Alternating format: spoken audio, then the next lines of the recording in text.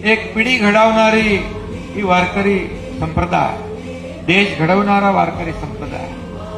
आज समाजाला आपली गरज आहे. वारकरी बांधवांनी कधी चिंता करायची नाही. माझं एकच स्वप्न आहे, सुखी झाला पाहिजे माझा कष्टकरी आणि भयमुक्त झाला पाहिजे माझा वारकरी.